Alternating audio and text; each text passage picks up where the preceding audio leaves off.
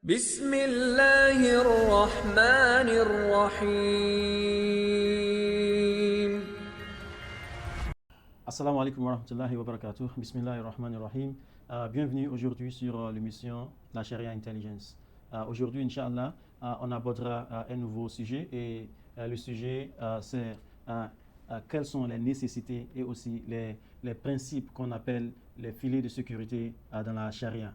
Inch'Allah, avec moi dans le studio aujourd'hui, j'ai mes deux frères et sœurs, la sœur Khadija et aussi le frère Ismail, pour faire des éclaircissements sur ces sujets aujourd'hui encore. Inch'Allah, j'aimerais commencer avec Monsieur Ismail. Et la première question sur ce sujet, c'est que il y a ce maxime qui dit lorsque les situations, lorsque les circonstances changent, les fatwas, les décisions juridiques changent aussi. Qu'est-ce que ça veut dire et quelles sont les évidences dans les sources qui donnent de l'autorité à ce maxime? Alors, merci bien, Monsieur Teslim, pour la question. Alors, et quand on parle de la question de lorsque la situation change et les fatwas changent, alors, et ce qui donne de l'autorité à, et comment on appelle ce maxime. Et je crois que bien avant de rentrer dans les détails, il me savait nécessaire de comprendre évidemment lorsqu'on dit qu'une situation change, ça veut dire que ce qu'on savait ou ce qu'on pensait n'était plus ça. Ça veut dire que ce qu'on espérait est rencontré, ou les conditions dans lesquelles on pensait trouver, tout a changé. Alors si cela a changé, il est dit dès le départ que lorsque le jury est en train de développer ses fatwas, il doit tenir compte de certains critères. Et ça fait partie de là où, et automatiquement, lorsque tout a changé, les situations ont changé, c'est-à-dire que les fatwas que le jury doit en ce moment développer, doit nécessairement changer. Alors, ça veut dire que lorsqu'on dit que ça a changé, il y a le temps, il y a les hommes, il y a la situation, il y a les conditions climatiques, les conditions géographiques, et bien sûr même la génération, et bien sûr même les coutumes. Donc, quand déjà une société est là et qu'on la connaît avec ses réalités, et que on avait l'habitude de tenir des fatwas jusqu'à ce qu'à un moment donné, la génération ou bien les conditions ont changé. Et devons-nous continuer à travailler avec les mêmes fatwas ou nous devons maintenant aller vers la recherche de certaines sources qui pourraient expliquer explicitement ce que les fatwas avec lesquels nous pouvons soutenir ces fatwas pour les rendre encore plus puissants. Je crois que c'est de ça il est question ici. Alors, c'est normal lorsque les conditions changent, ça veut dire que les règles aussi ont changé.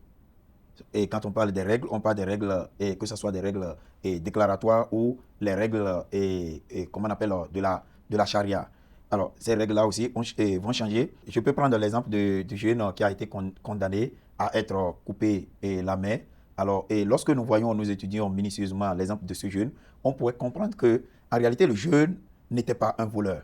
Mais parce que la situation, en ce moment-là, c'est vrai, il a connaissance de, comment on appelle, de ce qui peut lui arriver. Mais les données ont changé, la situation a changé. Alors, il n'a pas le choix. Il devrait aller prendre ce qui ne l'appartient pas. Et c'est là maintenant. Donc, en réalité, ce qui l'a poussé, c'est parce que la situation a changé. En ce moment-là, il y avait la famine.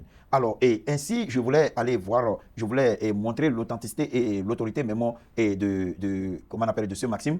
Parce que, vous voyez, les fatwas que vous avez l'habitude de développer, lorsque les gens sont suffisamment rassasiés, lorsque en ce moment il n'y avait pas une situation de famine, de guerre ou de quoi, ne sont pas les mêmes fatwas qui vont marcher lorsque le peuple est rentré dans une famine cruelle. Les fatwas que vous avez l'habitude de développer lorsque comment on appelle, les gens sont dans la paix ne sont pas les mêmes fatwas que vous pouvez développer lorsque il y a la guerre. Donc, aux juristes de savoir utiliser de leur discrétion pour pouvoir savoir que la situation actuellement a changé. Si je m'en vais et que je commence par dire, voilà, ça peut me coûter aussi la vie. Donc, ça peut créer, ça peut mettre de l'essence dans le feu. Donc, il doit savoir que la situation a changé. Alors, les fatwas doivent nécessairement changer. Donc, pour aller dans prendre l'exemple dans comment on appelle les sources primaires, on peut prendre l'histoire de l'interdiction de la viande du porc. Il est interdit de manger la viande du porc. Mais voilà que je me suis retrouvé dans un milieu où uniquement que c'est la viande du porc, ils ont l'habitude ils sont en train de vendre. et que j'ai faim, je n'ai plus rien à manger. Mais dans cette situation, qu'est-ce qu'il faut faire? La situation a changé. On sait, et comment on appelle, le verdict est là, mais on sait, dans cette situation, dans ces circonstances, dans ce contexte, je n'ai pas le choix que de manger la viande de porc. Donc, ça veut dire que nécessairement, et lorsqu'on fait une évaluation et sommative, on peut comprendre que lorsque les situations changent, nécessairement, il faut que les fatwas changent. Et je m'en vais déjà à rappeler par là, à lancer un appel à l'endroit de nos spécialistes et de nos jurys que, dépendant de la situation géographique, le contexte dans lequel le peuple est, comment on appelle, étudier leur mental en ce moment et tenir compte de ces situations-là avant de commencer par développer vos fatwas. Sinon, lorsque vous développez des fatwas de la paix dans un milieu où il y a la guerre, lorsque vous développez les situations les fatwas de ceux qui sont rassasiés dans le milieu de ceux qui ont faim, je ne suis pas sûr que votre message soit passé et l'objectif, le maqasid que vous êtes en train de poursuivre ne sera pas atteint. Donc, nous devons faire très, très attention et nous devons étudier les situations, nous devons étudier le contexte, nous devons tenir compte de ces réalités-là en développant nos fatwas pour que notre objectif, notre maqasid soit bien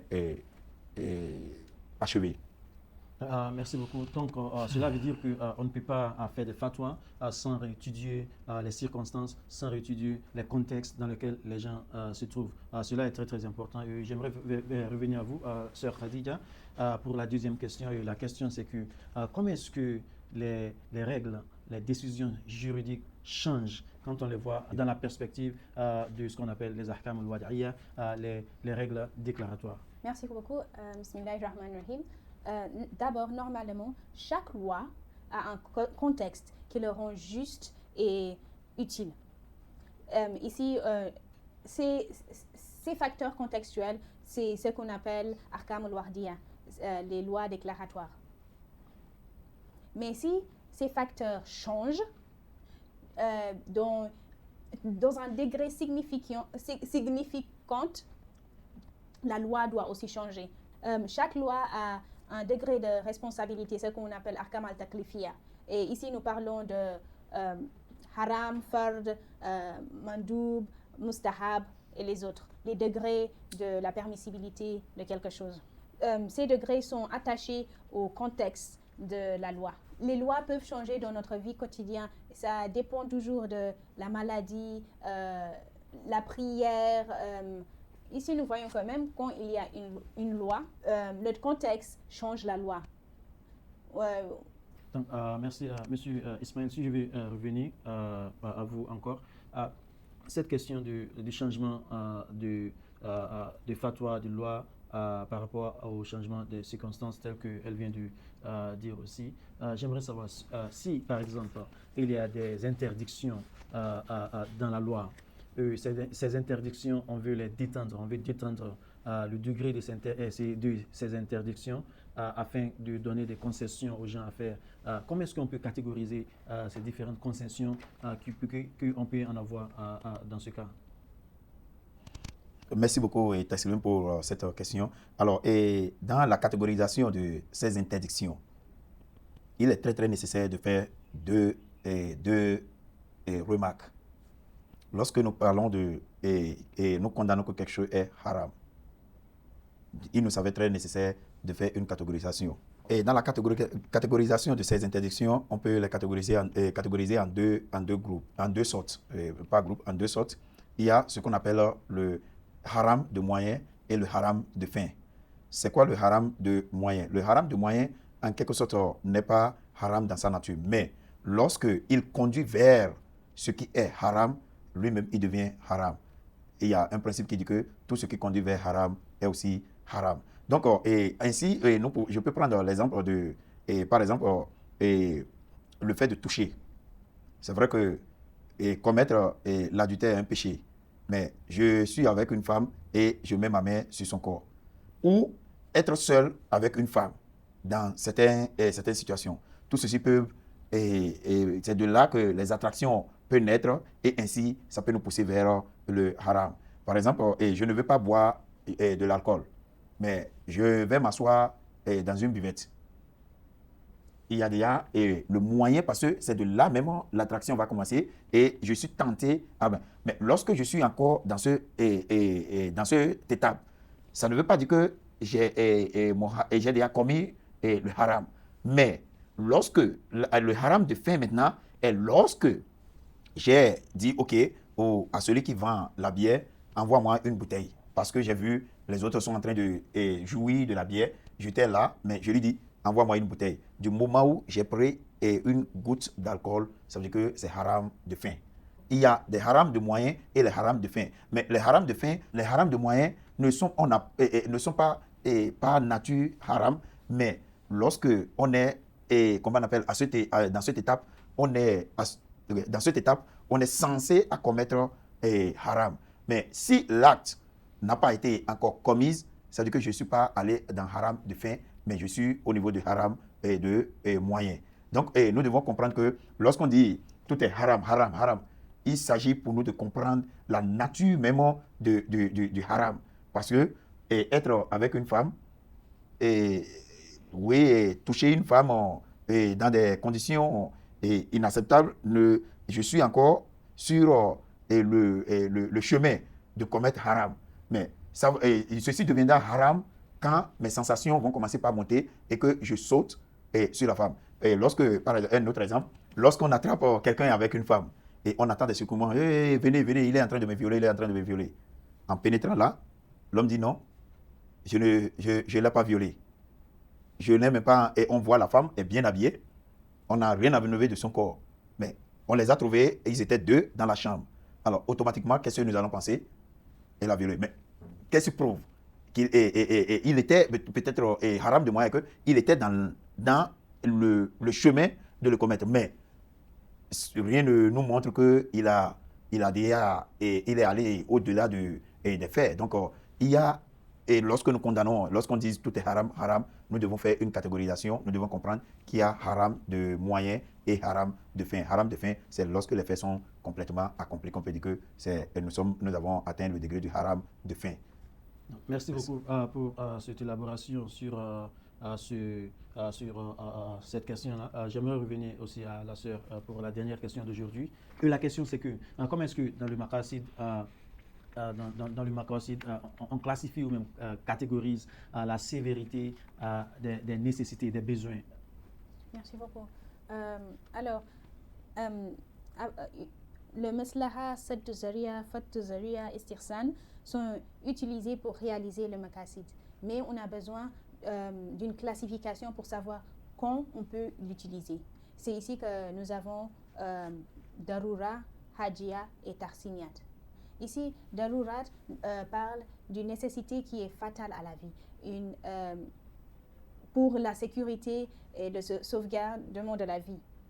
Daruriyat, comme la nourriture, dans quelques cas, même l'éducation, les choses qui sont bases pour un être humain, pour qu'un être humain soit confortable, la base de la vie, les médicaments, l'éducation, la nourriture, l'eau et même où se coucher, un bâtiment, une maison. Dans un état de daruriyat, la plupart des choses qui sont interdites deviennent permises. Et ensuite, nous avons hajiyat. Dans un état de haja, dans un état de haja, dans la condition de haja, les choses qui sont interdites restent interdites si c'est pour une seule. Ici, la sévérité est rare ou probable. Et si ça affecte seulement, si c'est personnel. Mais quand ça devient quelque chose de.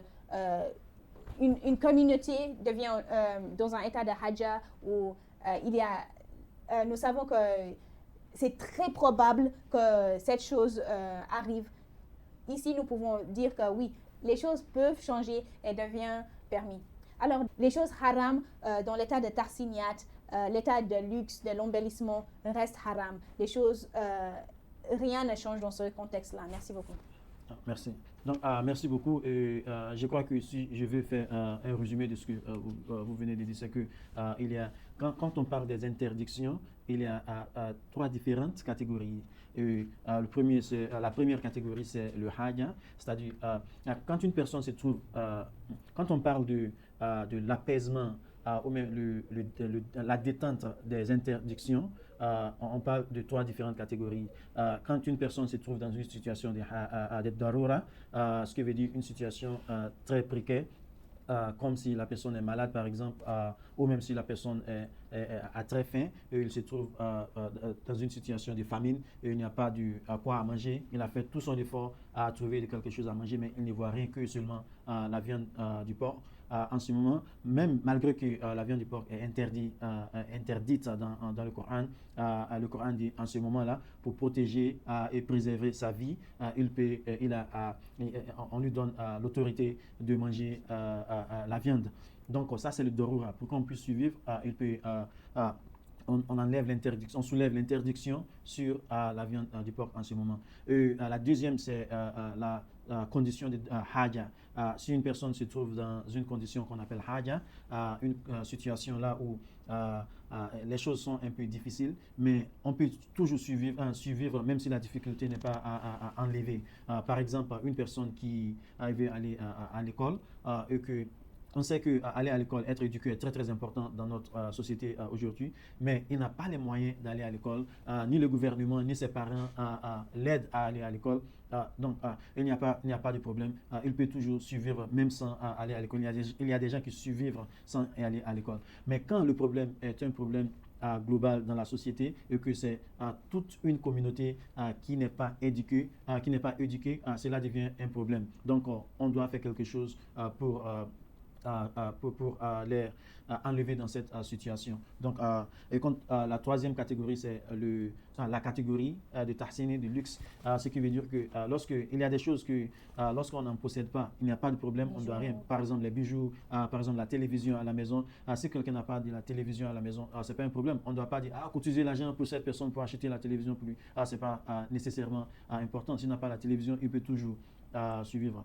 Donc, merci beaucoup pour ces détails. Inch'Allah, je crois qu'on va terminer ici aujourd'hui et pour continuer un autre jour dans un autre épisode. Merci, Inch'Allah, et merci aussi à nos téléspectateurs. Assalamu alaikum wa rahmatullahi wa barakatuh.